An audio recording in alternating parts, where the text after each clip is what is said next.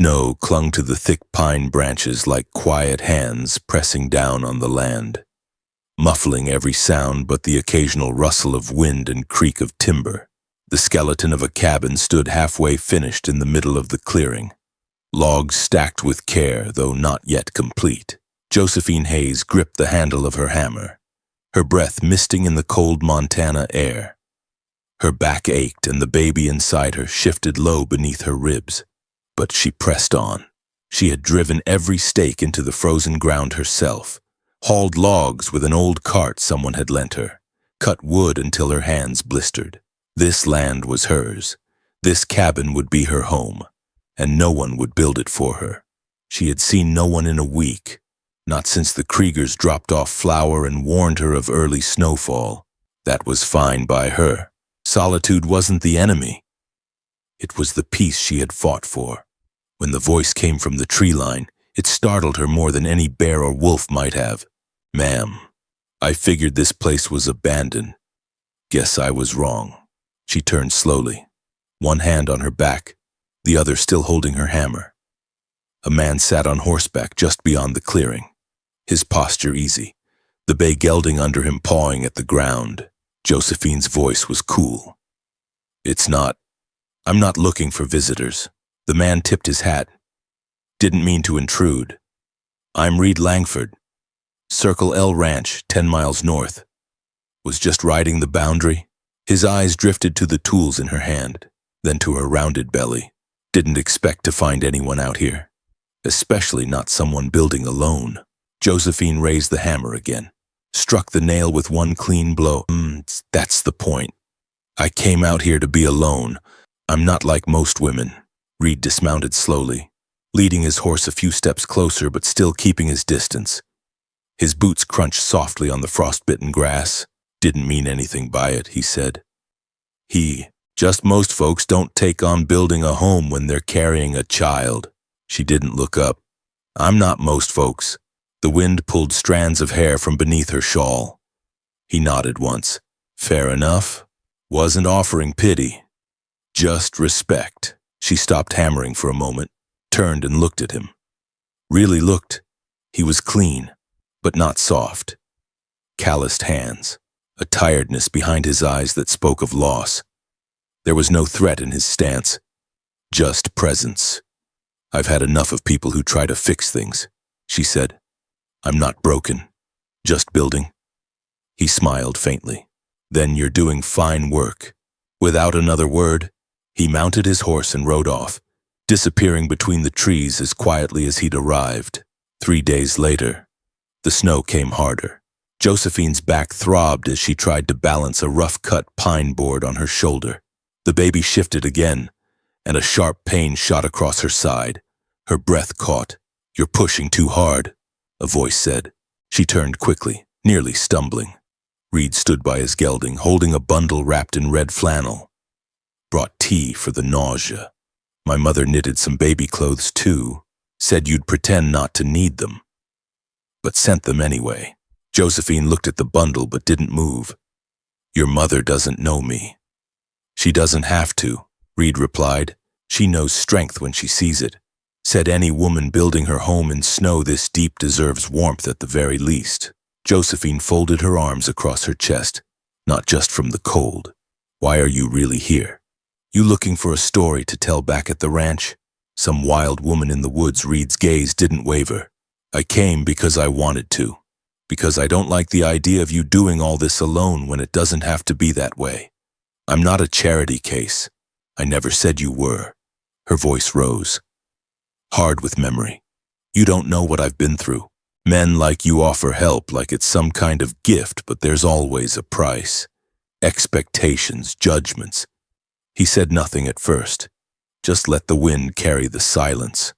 Then, softer, he said, "Some folks help because they admire the strength it takes to keep going." Something in her softened then, just slightly.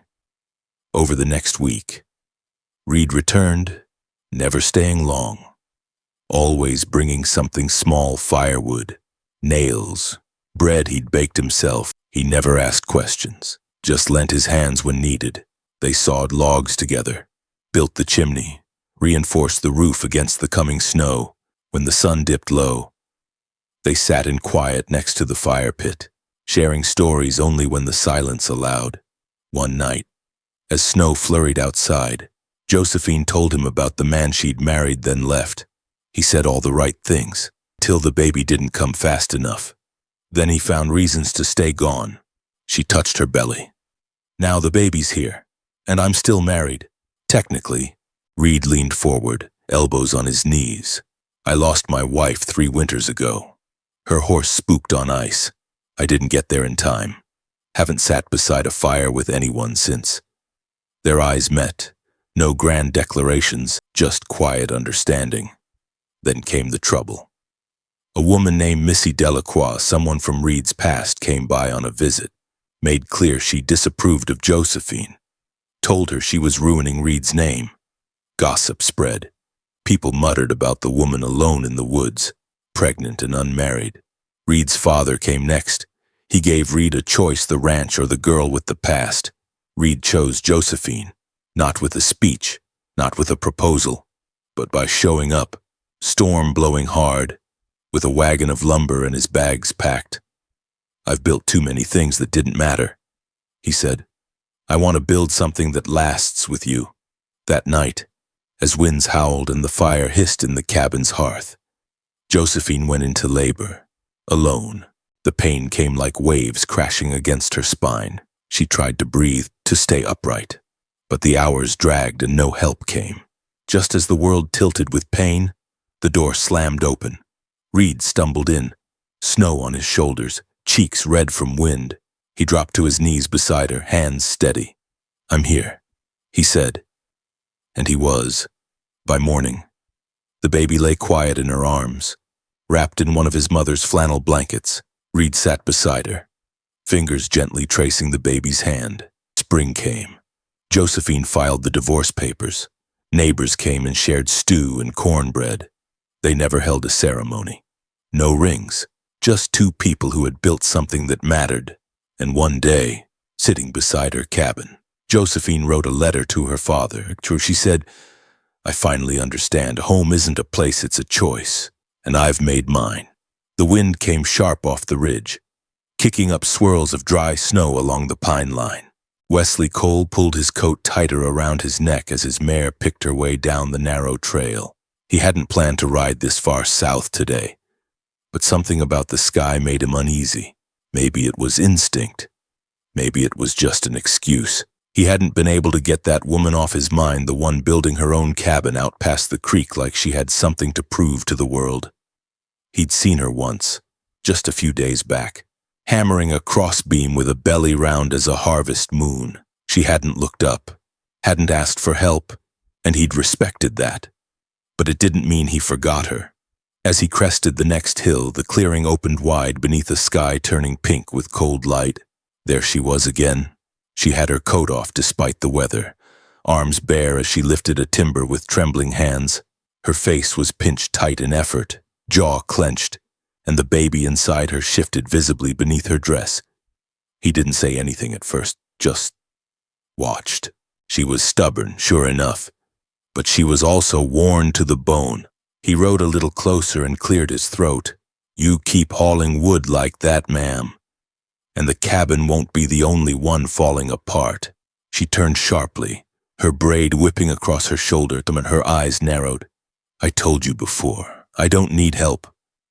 I didn't say you did, Wesley answered. I said you might break something. That's different. Her lips twitched, just slightly, and then she sighed, dropping the timber with a dull thud. You always ride by when I'm about to collapse, just lucky, I guess. She didn't smile, but she didn't ask him to leave either. He dismounted slowly, careful not to spook her, and tied his mare to a bare trunk. Then, without a word, he bent and lifted the timber she'd dropped, carrying it toward the foundation. She followed. For a while they worked side by side, neither speaking. It wasn't a comfortable silence, but it wasn't sharp either, like 2 people used to loneliness, finding it unusual to be quiet next to someone else. As the sun dropped lower, casting long shadows across the unfinished frame. She sat on the edge of a sawn log and pressed her hands to her lower back. "You always help strange women in the woods?" she asked. "Only the ones too stubborn to ask." She snorted, then winced. "Don't make me laugh." "Everything hurts when I laugh." Wesley leaned his back against a half-finished wall and crossed his arms. "I'm not here to bother you. I just noticed you were doing something hard, and I respect that." She glanced over at him, wary. "You don't know anything about me. I don't need to," he replied. "Your work tells enough. You're building something, and that takes guts." She was quiet for a moment, then said, "Name's Clara." "Wesley?" he answered. She nodded like that settled something, then looked out over the snow-covered land. This was supposed to be for the three of us. Me, my husband, and the baby. He left when the frost came early, said he'd get supplies and never came back.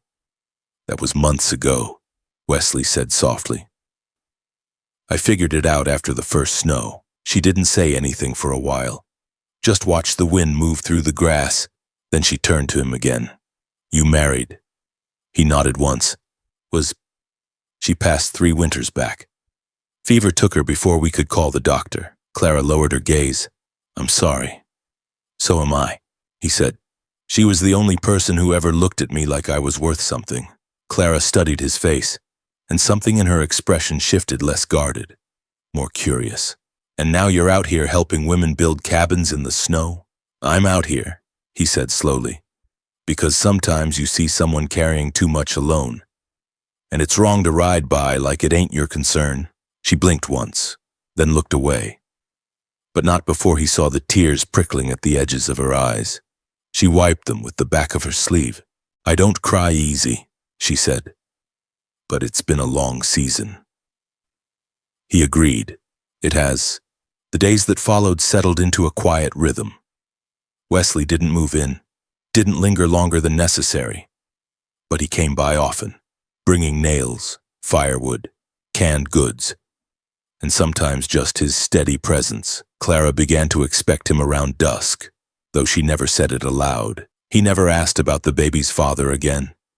She never asked about his wife, but the space between them warmed slowly, like a fire built with dry pine and patience.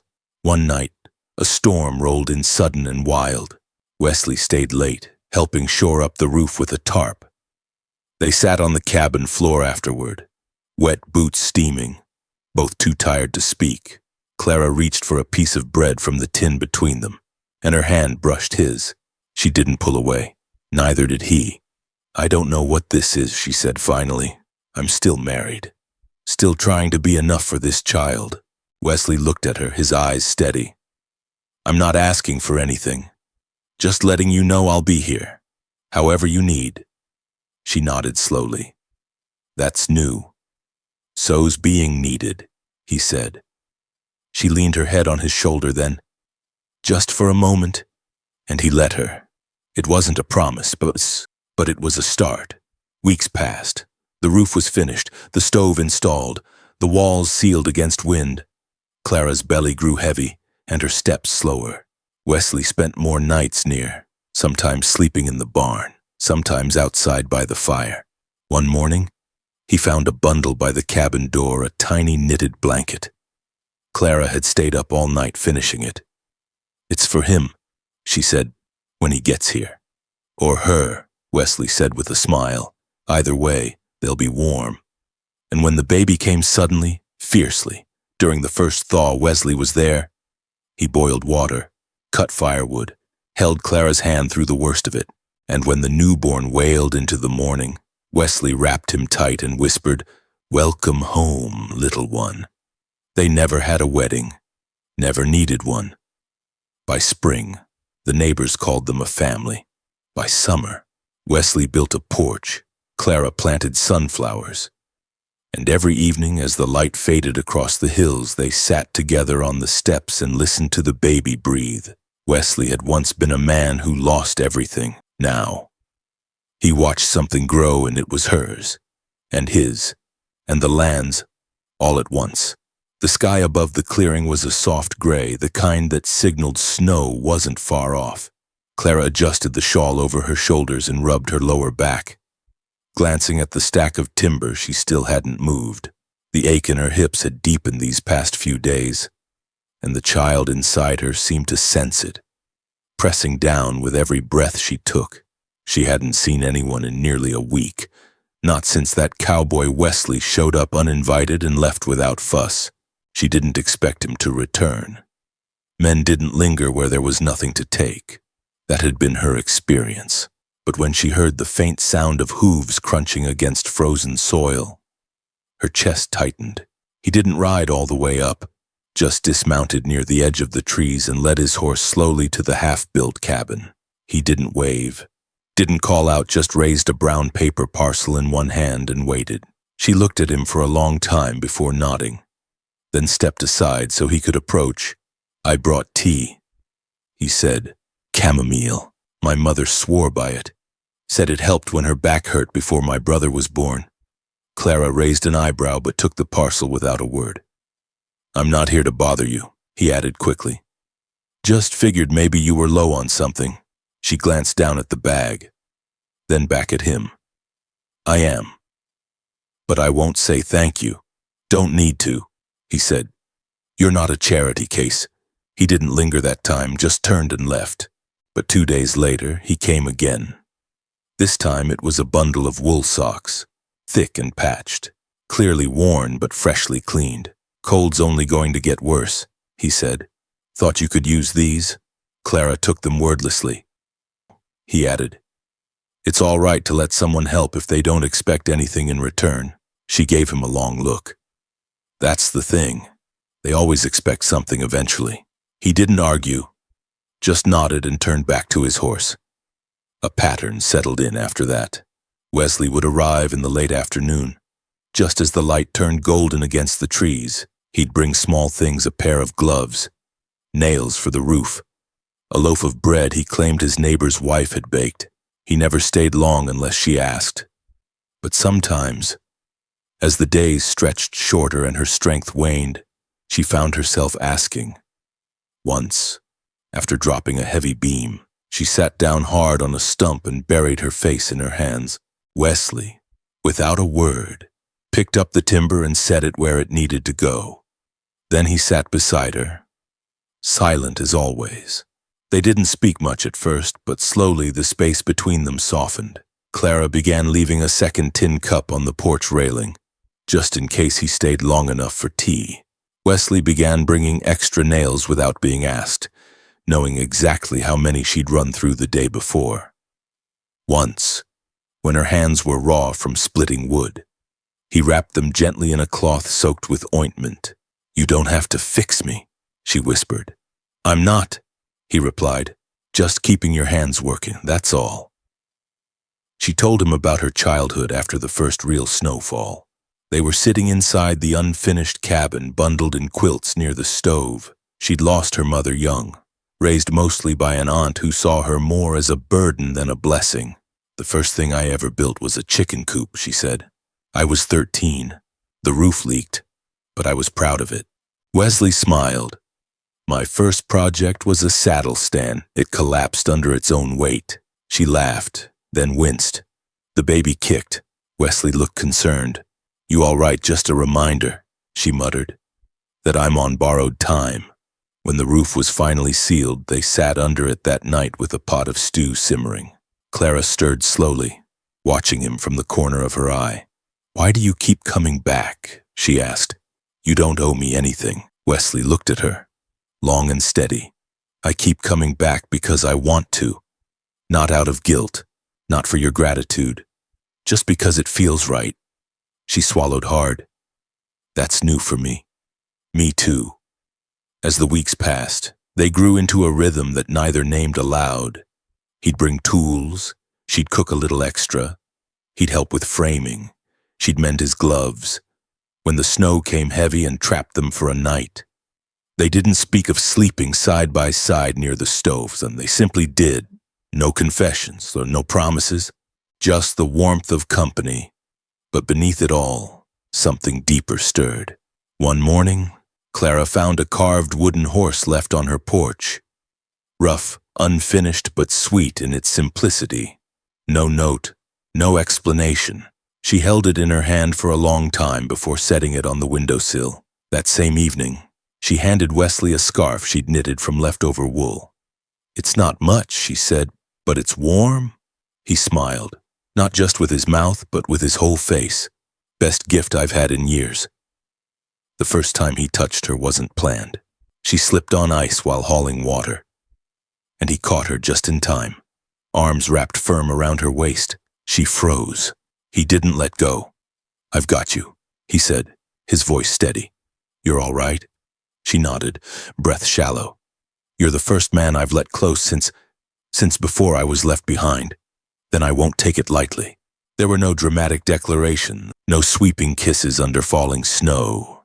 Just two people working shoulder to shoulder, building something slowly, something neither of them had believed they deserved. And in that quiet, in that work, something unfamiliar took root inside Clara. Not love, not yet, but something she hadn't felt in a long time. Hope, not the kind that comes with fairy tales, but the kind that comes after a hard frost. When you see a green sprout pushing through the soil and realize spring might still come. One morning, as they finished sealing the last window, Clara paused and looked at Wesley. "You didn't just help me build this cabin," she said. "You helped me believe I could stay warm inside it." He looked at her for a long moment, then took her hand. "You did the building. I just kept showing up." She didn't pull her hand away. For once, she didn't want to. And when the wind came howling that night, they faced it not alone, but together. The fire crackled in the small iron stove as the wind rattled the corners of the unfinished cabin. Outside, snow drifted against the walls in slow, swirling flurries, but inside, the air was still. Clara sat on a rough-hewn bench, her hands wrapped around a warm tin cup. Though she hadn't taken a sip in several minutes, the baby shifted in her belly, and she exhaled through her nose, trying to ease the growing tightness in her chest. Across from her, Wesley sat cross-legged on the floor, feeding another log into the stove. The orange light flickered across his face, softening the lines that hardship had carved deep into his features. Neither of them spoke for a long time. They had worked side by side for weeks now, building walls, hauling stone, making something from nothing.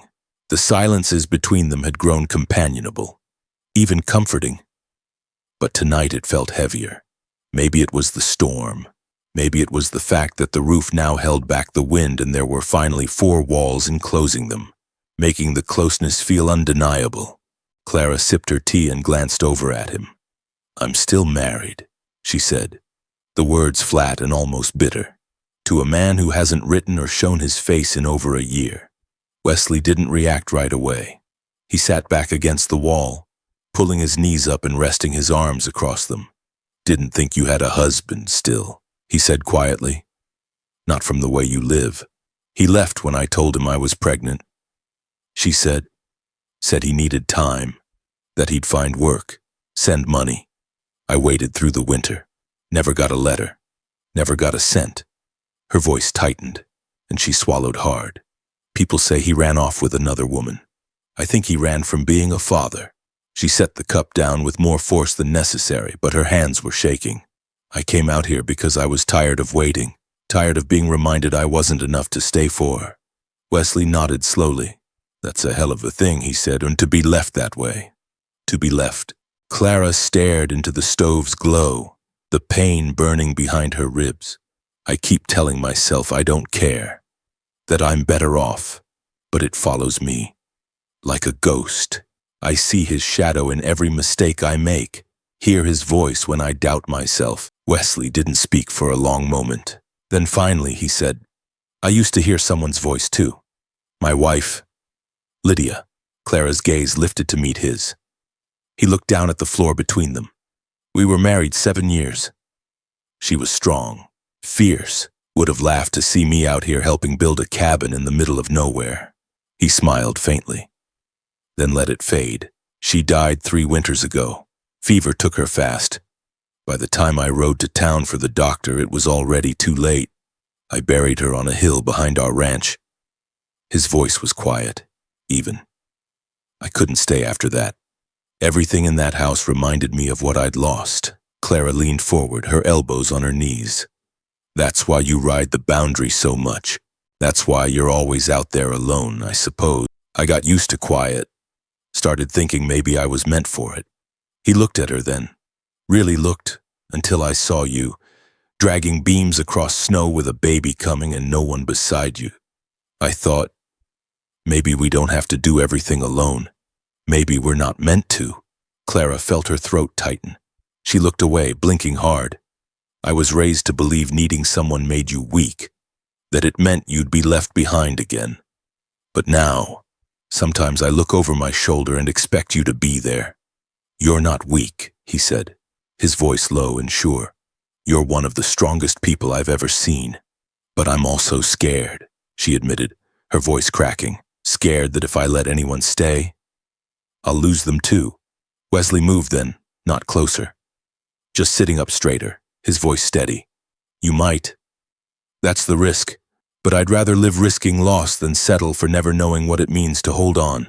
The silence that followed was thick with unspoken things. Regret, longing, the quiet knowledge of shared pain. Clara stood slowly and walked to the small window, the frost clinging to its corners like lace. She stared out at the trees swaying under the weight of winter. When I think about him, I feel like I failed, she said. Like I should have seen it coming. Should have been harder, smarter. He left, Wesley said. That's on him, not you. She turned to face him. And Lydia. Do you still hear her voice? Not as much, he admitted. But sometimes, in the quiet, mostly when I'm afraid of feeling too much again.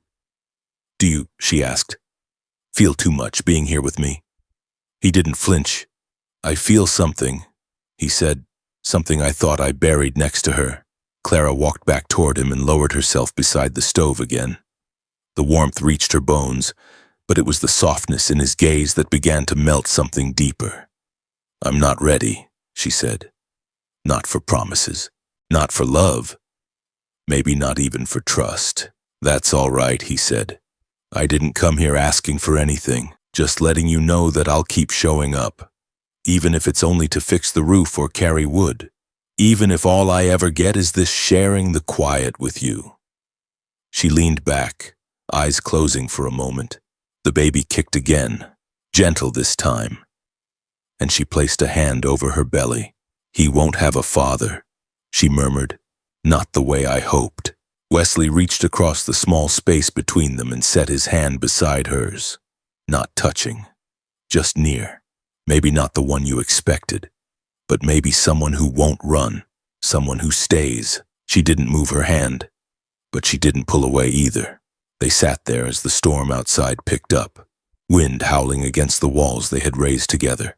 The fire burned steady between them, and though the shadows danced long on the cabin walls, Clara felt something settle in her chest that hadn't been there before. It wasn't peace, not yet, but it was something like forgiveness. Of herself, of the past, of all the things she couldn't fix.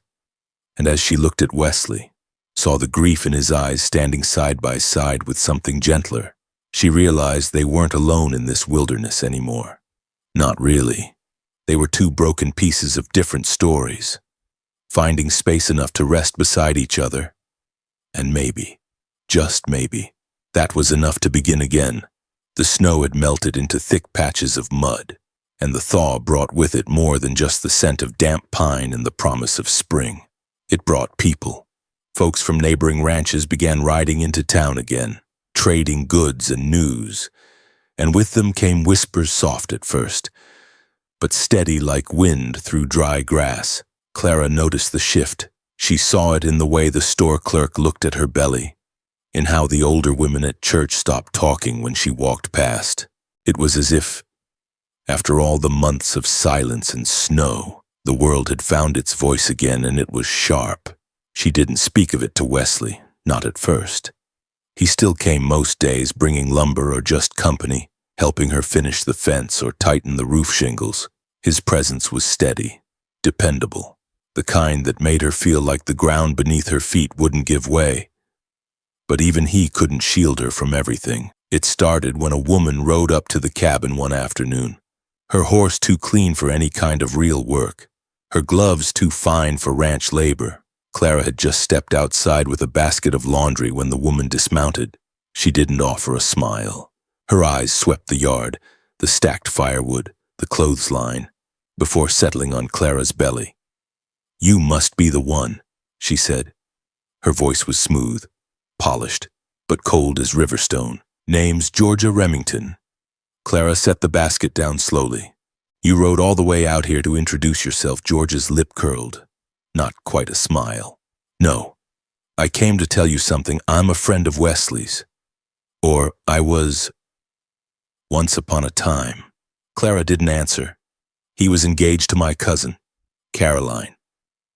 Before Lydia died, they were going to settle at his ranch, take over his father's land. His family had plans, real plans. Then Lydia died, and everything fell apart." "I'm sorry to hear that," Clara said, voice even. "Well, now he's here."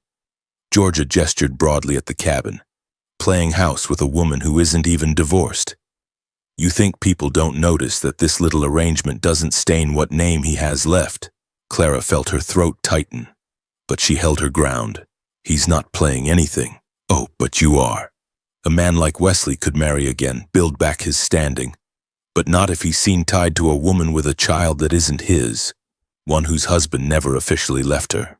You're not just inconvenient, you're damaging." Clara felt the heat rise in her chest, but she kept her hands at her sides. "I didn't ask him to stay. He chooses what he wants." Georgia stepped closer, her voice quieter now but no less cutting. "Maybe. But if you care for him even half as much as you pretend, you'll walk away before he throws his future away for a mistake." She turned, mounted her horse, and left without another word. Clara stood there for a long time after, her breath shallow, her hands trembling slightly. That night, she said nothing to Wesley. But something had shifted. She began to pull back, not all at once, but subtly. She wouldn't meet his eyes as often. She made excuses to work alone. When he asked if something was wrong, she smiled and said she was just tired. The next week, 2 more women came by, offering supplies they hadn't been asked for, then lingering with questions that felt like barbs. "You planning to stay here long? Is Wesley fixing to marry you? Or just play at it?" The gossip moved faster than the thawing river, and it didn't take long for Wesley to hear it. He arrived one morning, face drawn, jaw set tight. Clara was in the garden bed, digging shallow rows for spring seeds. He knelt beside her and placed a wrapped bundle on the dirt biscuits and fresh jam. "People are talking," he said simply. She kept her eyes on the soil. "Let them. They're saying things that aren't true. They never need truth to talk." "Wesley, just a little fear." He waited a moment, then said, "You've been distant. I'm protecting you." "From what? From me?" she said, finally looking at him. "From what being near me costs you." He reached out, gently touching her arm. "You don't get to decide what I can carry." She pulled back, not harshly, but firm. "You don't owe me anything. I'm not staying because I owe you, Clara. I'm here because I want to be, because I see you, and I want this." He looked around at the half-finished garden, the cabin behind them, the land stretching into pines. "All of this. I'm not the woman people wanted for you. I'm not the man they expected me to become either." His voice was steady, but she could see the weight behind it. He had given up things, expectations, family pride, perhaps even inheritance to be here. And now, every stare, every word behind closed doors, pressed on her like an invisible stone. That Sunday, she didn't go into town. Wesley went alone. When he returned, he was quiet. Later, when she asked, he said only, "I spoke to my father." She knew what that meant. The last thread tying him to the old world had been cut. He had chosen, and not the safe path. The next day, she found a stack of letters tied with string in his satchel, old ones, yellowed at the edges, some from Lydia, some from his father, some unopened. She didn't read them. but she held them in her lap for a long time, understanding just how much he had walked away from. Neighbors stopped coming. Offers of help grew cold. But Wesley kept showing up, planting fence posts, fixing leaks, hauling wood. He never once asked her to explain herself, never once doubted her worth. And then one night, after a hard day's work, as they sat on the porch watching dusk settle over the hills, she turned to him and said, "I'm sorry for letting their voices drown out yours." He didn't answer at first, just placed his hand over hers, palm rough and warm. "We've both been measured by folks who never cared to know us," he said. "I'm tired of answering to them. So am I." And in that quiet, beneath the hush of pine branches and distant stars, they chose each other. This place, and the kind of life that didn't need permission to be real. The sun had barely crested the ridge when Clara stepped out onto the porch, the chill of early spring brushing across her cheeks. She wrapped the shawl tighter around her shoulders and looked out across the land that stretched toward the pines. The earth was still damp from yesterday's rain, and birds called faintly through the trees. It should have felt like peace, like promise. But instead her chest felt hollow. Wesley hadn't come by in 3 days. She'd told herself not to mind. He didn't owe her his presence. They weren't bound by vows or plans, only by the slow-growing rhythm of shared labor, quiet tea, and glances that lingered longer than they should. But 3 days of silence opened the door to doubt, and she hated how easily her heart stepped through it. She was reaching for the kettle when the sound of hooves echoed up the trail. She froze, one hand still on the doorframe, when Wesley appeared around the bend, riding with purpose. Her breath caught not from joy, not yet, from the look on his face, set jaw, eyes fixed ahead. He wasn't riding by, he was coming here. He dismounted and left the reins hanging loose. His coat was unbuttoned, dust clinging to the hem, and his hat hung low over his brow. Clara stepped forward but said nothing. "I need to tell you something," he said. She waited. "I went into town yesterday, Danakutam. My father asked to see me." That wasn't surprising. The Remington name still carried weight in this part of Montana. Wesley's father had made sure of it. Clara had never met the man, but she'd heard plenty from neighbors about how the old rancher had plans, expectations, and no room for deviation. He asked me if it was true. Wesley continued.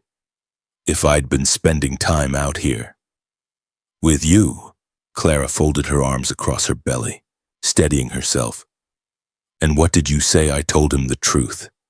That I'd been helping you build, that I cared about you. Her voice tightened. I'm sure he didn't take kindly to that. Wesley gave a dry laugh. He said I was throwing away everything: the ranch, the inheritance, the standing that comes with our name. He reminded me I was still engaged, even if I hadn't seen Caroline in weeks. His eyes met hers now, firm and unwavering. So I told him it was over. The engagement, the plans he made for me, all of it. Clara stepped back a half step. "Wesley, I'm not finished," he said gently. He said if I walked out that door, I'd walk out of the family for good, that I'd be on my own. Clara's breath trembled. "And you did it any way I did," he said. "Because I've seen more truth and grace in the way you steady a beam or boil tea than I ever saw in those parlor rooms full of fine dresses and forced smiles. I don't want a life shaped by someone else's mold. I want this one. With you. With the baby." Clara turned away, trying to mask the tears that sprang to her eyes too quickly. "You don't have to say that because you feel responsible for us. This isn't about responsibility," he said. "It's about building something real, not a future planned on someone else's terms, but one we build with our own hands. I'm not here to save you, Clara. I'm here to stay." She stood in silence, the wind tugging gently at her skirt. She felt the child stir within her and placed a hand over her belly, grounding herself. "You don't know what people will say." "They've already said it," he replied. "But I've also seen how they look at you now. They're watching, yes, but they're seeing something too. A woman who didn't run, who built with her bare hands. You don't need their blessing, and I don't need their favor. She turned to him then, tears still brimming but eyes bright. What about the land, the house your father promised? The cattle, I've got 2 hands and a back that still works, he said, and I've got your trust, if you'll give it. That's more than I had before. She walked toward him slowly, each step careful, deliberate. When she stopped in front of him, she reached out and placed her palm on his chest, right over the beat of his heart. You sure about this? I've never been more sure, he whispered. She leaned into him then, not for protection but for partnership, his arms wrapped around her, steady and warm. And they stood there for a long time, not speaking, just listening to the wind and the quiet knowledge that something had shifted, not just in them, but in the world they were choosing to build. Later, they sat on the porch, watching the sun dip low behind the trees. Wesley rubbed the back of his neck and looked at the cabin. We'll need to extend the roof line eventually, he said. Baby's gonna need more room than we've got. She laughed, the sound soft and surprised. You're already planning. He smiled. I've been planning since the first time I saw you swinging a hammer with that belly. Thought to myself, if she's that strong building a house, maybe she could build a life too. I don't have much, Clara said. Just this land, a few tools, and a stubborn streak. You've got enough, he said. And now you've got me. And just like that, it was decided.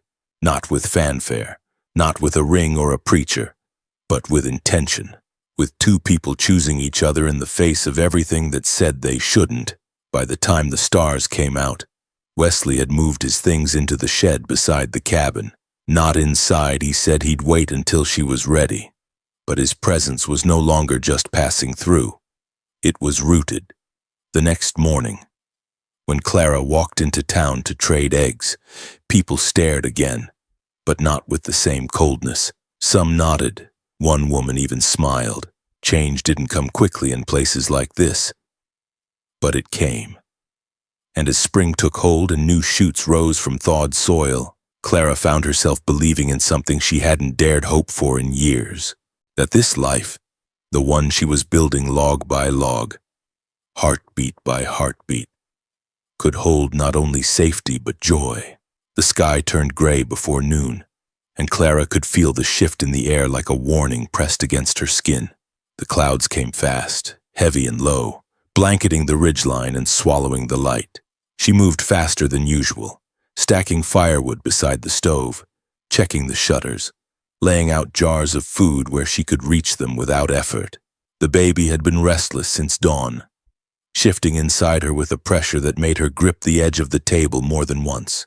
She tried to ignore it, telling herself it wasn't time yet, that the storm would pass first, that Wesley would return before anything happened. But the ache in her lower back deepened, and by late afternoon the first contractions made her drop to her knees beside the hearth. The wind howled outside, rattling the cabin's walls, testing the seams of their handiwork. She lit every lamp she had and stoked the fire. The heat battling the cold that crept through the gaps. Snow began to fall in thick, silent waves covering the world in white. She thought of Wesley then, whether he'd try to ride through it, whether he was even safe. The ache of uncertainty hurt more than the pain spreading through her belly. He hadn't returned since his ride into town 2 days ago. And though she told herself he'd come back like he always did, a small voice in her heart whispered darker things. By nightfall, the pain came in waves too strong to stand through. She dragged blankets near the fire, gritted her teeth, and faced the storm inside her body with the same stubborn will that had helped her build every log of this place. Alone. That word echoed in her mind as her cries filled the small cabin, swallowed by the roar of the wind beyond the walls. She tried not to think about what might go wrong. There was no doctor, no midwife, no hand to hold. Just her and the child she had carried through silence, shame, and snow. Hours passed, marked only by her breath and the scream of her body opening. She bit down on a folded cloth to keep from biting her own tongue. The pain crested, broke, then crested again. She closed her eyes and begged the child to come fast, to come safe. She whispered his name, though she hadn't chosen one yet, and tears rolled down her cheeks, not from fear, but from something deeper, a sorrow she'd carried too long. Then in a moment between storms, the cry came not hers, but the child's, fierce and full-throated. Clara sobbed as she pulled him to her chest, wrapping him in a towel she'd kept by the fire. He was warm, wriggling, his skin pink and alive. She held him against her heart and whispered promises she wasn't sure she could keep. "You're here. You're safe. I've got you." She cut the cord with shaking hands and lay back against the bedding, weak with relief. The wind outside roared on, but inside the cabin, a new silence fell, a sacred stillness broken only by the steady breath of the child nestled against her. She didn't realize she'd drifted off until a knock came at the door. Weak, but insistent. Her eyes flew open, heart racing. She sat up slowly, clutching the baby close. The door creaked open and Wesley staggered inside, covered in snow, his face pale and bloodied, one arm pressed against his ribs. He looked like he'd ridden through hell. And maybe he had. His eyes found hers immediately, then dropped to the child in her arms. He exhaled sharply, as if something inside him gave way. "I didn't think I'd make it," he said hoarsely. She stared at him, speechless. "What happened?" "Horse spooked crossing the ridge. Threw me. Took longer on foot." He swayed and she reached for him, helping him to the floor beside the fire. Only then did she realize how badly he was hurt. His side was bruised, coat torn, blood dried near his collar. Still, his eyes never left the baby. "It's a boy," she whispered. Wesley smiled, grimacing with pain. "He's beautiful, just like his mother." She laughed softly, exhausted. "You're insane. I look like I wrestled a bear. I'd still choose you," he said. "Every time." She reached out, took his hand, and placed it gently on the baby's back. The little one stirred, but didn't wake. Wesley's hand trembled slightly as he cradled the tiny body against his palm, awe spreading across his face. "You did this," he murmured. "We did," she corrected, her voice soft. "Even if I had to start alone. I'm sorry I wasn't here sooner. You're here now." The wind outside began to die down, as if the storm had exhausted itself. The fire crackled beside them, casting flickering shadows on the walls they had raised together. Clara leaned her head against Wesley's shoulder, careful of his bruises. He wrapped his arm around her carefully, protectively. They sat there, three bodies warmed by one fire, no longer strangers to pain or doubt, but no longer alone either. The baby sighed in his sleep, a sound like peace. Wesley looked down at the tiny face and whispered, "What'll we call him?" Clara smiled, her eyes closing. "I don't know, but he's ours. That's enough for now?" Wesley nodded. "Ours?" he echoed. Morning crept slowly across the clearing, light sifting through the frost-laced windows. The storm had passed, leaving a quiet so complete it felt like the beginning of something new. Outside, the trees glistened with ice, and the world was still. Inside, a man, a woman, and a newborn rested together on a floor that had once been just wood and plans. Now, it was home. Wesley pressed a kiss to Clara's temple and whispered something only she could hear. She smiled in her sleep, and the baby, between them, slept on. The thaw came slowly that year, but it came, bit by bit. The snow receded from the clearing, revealing patches of grass browned by winter and scattered pine cones left behind by winds that had howled for months. Clara stepped outside one morning with the baby wrapped snug against her chest, his small fingers curled against the edge of her collar. The air held a damp sweetness, that first scent of spring when the land starts to breathe again.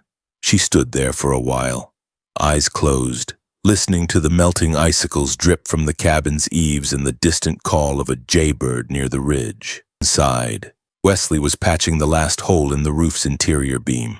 His side still ached from the fall, but he worked steadily, with the same calm determination he'd brought to everything since that night he arrived battered and bloodied in the storm. They hadn't spoken much about what came next, hadn't named the future, but it hung in the air between them as clearly as the smell of pine resin and wood smoke. The baby cooed softly, and Clara opened her eyes, smiling faintly as she looked down. "You ready to meet the neighbors?" she whispered. The decision had been hers. Quietly, without fanfare, she'd ridden into town 2 weeks earlier with a set jaw and papers folded into the inside pocket of her coat. The courthouse clerk raised his brows when she requested to file for divorce, but didn't ask questions when she slid the money across the counter. She didn't explain. She didn't need to. The past had written its own story, but now it was ending, and she had a different one to write. One with her own hands. One where no man disappeared when things got hard, and no woman was left standing in the ruins wondering what she had done wrong. Word spread faster than she expected. By the time she returned to the cabin, 2 women she barely knew had already dropped off jars of jam and a knitted cap for the baby. No one mentioned the divorce. No one mentioned the gossip that had flared months earlier. They didn't have to. Clara had made her choice, and so had Wesley, and the valley, perhaps, was ready to accept that. Wesley came to stand beside her on the porch, wiping sawdust from his hands. He looked out over the clearing, eyes narrowing slightly in the morning light. "They'll be here soon," he said. "I hope we have enough coffee." "We've got plenty," Clara replied. "And I made biscuits." "Those biscuits might just seal the deal," he teased. She nudged him gently with her elbow. "Don't count on it." By midday, folks started arriving on horseback, in wagons, some on foot. They came with baskets of food, bottles of cider, and folded quilts tucked under arms. Children chased each other through the melting patches of grass while the older folks sat on logs and crates, sipping coffee from tin cups. There was no announcement, no preacher, no speeches, just laughter, shared stories, and the smell of stew simmering in a pot over the outdoor fire. Clara moved through the gathering with the baby tucked close, receiving quiet congratulations in the form of nods, soft smiles, and shoulders squeezed gently in passing. No one asked for details. No one demanded explanations. It was as if the valley itself had decided to acknowledge not a marriage, but a commitment of another kind, one forged in silence, struggle, and the kind of love that doesn't beg to be seen. Wesley didn't stand on ceremony. He simply found her in the crowd as the sun began to dip low, reached for her hand, and held it. That was all. No vows, no rings, just the understanding that everything they had built, every board, every fire lit, every night of fear met together was worth more than any parchment or preacher's words. Around them, the neighbors continued their conversations, their laughter, their sipping of coffee and cider. But for Clara and Wesley, time slowed to something soft and sacred. As evening fell, lanterns were lit, and someone started a song. Wesley brought out his fiddle and played a tune that his mother had taught him long ago, something light and lilting. A few folks danced, the children spinning in circles, the older couples swaying with small, careful steps. Clara sat on a bench with the baby in her arms, watching the way the light flickered across Wesley's face as he played. He wasn't a man given to performance, but in that moment, he gave them all something unspoken joy, survival, belonging. Later, when the fire had burned low and most of the guests had gone, Wesley joined her on the bench. He didn't speak right away, just reached for the baby and cradled him against his chest. The child had dozed off hours earlier, but stirred now, his small mouth opening in a quiet yawn. Wesley said softly, "I never thought I'd have this again. A family, a home." "You built it," Clara replied, "one nail at a time." "So did you," he said, glancing at her. She looked down at her hands, calloused and strong. "I didn't know I was building a life when I started this cabin." "Sometimes you don't," he said. "Sometimes you just build and hope it'll hold." They sat like that for a while, not needing more words. The night air was crisp, but not cold. Spring had arrived not with fanfare, but in steady ways, the warmth of shared hands, the soft breath of a sleeping child, the hush of neighbors who had chosen kindness over judgment. Clara closed her eyes for a moment, listening to the quiet that remained after the laughter faded, the kind of quiet that didn't feel empty, but full of the work behind them, the days ahead, the love that needed no spotlight. There would be more storms, more aching backs, maybe even more whispers from folks who couldn't let go of the old ways. But she wasn't afraid of that anymore. She had filed away her past not just in a courthouse, but in her own heart. And what stood in its place now was not a fairy tale, but something better, real, steady, forged by choice. When she opened her eyes, she met Wesley's gaze, and he smiled, the kind of smile that didn't ask anything of her, just offered his presence. She reached out and took his hand again, not because it was expected, but because it felt right. No preacher, no rings, but everything they needed to begin. The baby was asleep, curled against Clara's chest in the sling she had sewn from an old flour sack. His breath was warm against her collarbone, soft and steady, rising and falling with a rhythm that anchored her more than any word could. Outside, the breeze stirred the tall grass just beyond the porch, where the wind had begun to carry the smell of sage and warm pine. The seasons had turned again, and with it came a quiet not of loneliness but of peace earned through fire and storm. She sat at the small table Wesley had built for her, one leg shorter than the rest but solid all the same, and laid out the paper and pen she'd been holding on to for months. The ink was nearly dry in the well, but it would do. She stared at the blank sheet for a while, listening to the birds and the creak of the rocking chair behind her. Wesley was out in the field mending the last stretch of fence. She could hear the occasional strike of his hammer, distant but steady, like a heartbeat pulsing through the land. She dipped the pen and wrote "Dear Father" at the top, and paused. For a long time she hadn't known how to speak to him, not because of anger, but because she had carried the shame of leaving, of failing, of breaking away from the path he'd once dreamed for her. But as she looked down at the child in her arms, as she breathed in the warm scent of his hair, she knew it was time. Not for explanations, just truth.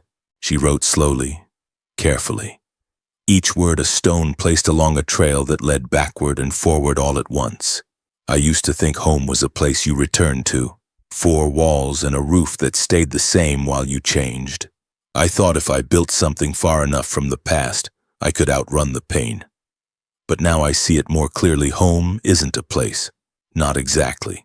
It's a feeling, a weight that lifts when you're where you're meant to be, a warmth that stays even when the nights are cold. She stopped and smiled as the baby gave a small sigh in his sleep. She adjusted the sling so he was more comfortable, then returned to the page. I didn't know I was building a life when I came out here. I thought I was just trying to survive. I swung a hammer because I didn't know what else to do with my hands. I planted seeds because the silence was too much. I fixed leaks in the roof because I was afraid to sit still. But with every beam and every board, something inside me shifted. The girl who left with shame and fear isn't the woman writing you now. Wesley was still out there. She could hear him now singing low under his breath. Not a song she recognized, but something with a gentle rhythm, like a lullaby. He had never pushed her to be anything she wasn't. He didn't ask for more than what she could give, and yet somehow, without her realizing it, she'd given him nearly everything. And in return, he gave it back, never holding it like a debt, only like a shared promise. The neighbors had stopped calling them unusual. Now they were just Clara and Wesley. People came for supper, dropped off eggs, asked about the baby. Time softened judgments. Or maybe truth outlasted rumor. Either way, the quiet had changed shape. It no longer pressed down on her, it cradled her. It gave her room to breathe. She returned to the letter. He's strong, this boy. He has Wesley's eyes and a spirit all his own. He came into the world during a storm and never cried louder than he had to. He watches everything, even in sleep. I don't know what kind of world we'll give him, but I know what kind of love he'll grow up with. The kind that doesn't walk away. The kind that stays, even when it hurts, especially then. She paused and tapped the end of the pen against the table. For so long, she had defined herself by what she had lost: her husband, her reputation, the version of her life that had once seemed secure. But now, sitting in the cabin she had helped raise, with a child who depended on her and a man who met her with kindness instead of expectation, she saw that what she'd built was more than shelter. It was belonging. It was choice. I've learned that love isn't something loud. It's not always a vow or a ring. Sometimes it's quieter than that. It's two people fixing a leaky roof together. It's the way he warms my tea before I even ask. It's the silence we share that says more than words. I thought I needed a preacher to tell me I was whole again. But all I needed was time. Time to let myself be seen. Time to forgive what I once blamed. Time to believe I wasn't broken beyond repair. She folded the letter slowly, not sealing it, unsure if she'd ever send it. Maybe just writing it was enough. A way to lay to rest the pieces of herself that had once doubted she could have this life. Outside, Wesley approached the porch, wiping his hands on a rag, face streaked with sun and sweat. He saw her at the table and smiled. "Writing your father?" he asked. "Maybe," she said. He sat down across from her and glanced at the sleeping baby. "He's grown. Looks more like you every day. Poor thing," she teased. "Lucky thing," Wesley said quietly. They shared a look that needed no further explanation.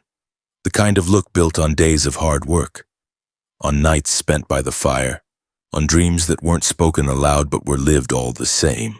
She picked up the folded letter and tucked it inside the worn Bible her mother had once given her, resting it between the pages of Psalms, a good place for it to stay, a blessing not spoken, but kept. As the sun dipped low, casting gold across the valley, Clara rose and stepped onto the porch, cradling her son. Wesley joined her, standing close, his shoulder brushing hers. Together they looked out over the land, not perfect, not easy, but wholly theirs. And though there were no steeples nearby, no hymns playing, and no family gathered with applause, Clara felt something holy in the stillness. A peace not given, but earned. A life not expected, but deeply chosen. She had built a home, not just with logs and nails, but with grace, grit, and the courage to start again. This story offers a powerful reminder that it's never too late to start again, even after life breaks your heart. Clara's journey shows that healing doesn't come all at once. It comes in small, quiet acts, a hand offered without demand, a roof built one beam at a time, a child held in silence. For older adults, who may carry years of loss, regret, or unspoken dreams, Clara's story speaks to the deep truth that life can still surprise us with new beginnings. Love doesn't always arrive with grand gestures or ceremony. Sometimes it arrives through shared work, through presence, through weathering a storm side by side. Even in a world that often rushes to judge, there is grace in choosing to live honestly, gently, and fully, and perhaps most profoundly. It reminds us that home isn't tied to a house or a name. It's a feeling built through trust, courage, and kindness. No matter our age, and we are still capable of building something meaningful. We are not finished yet.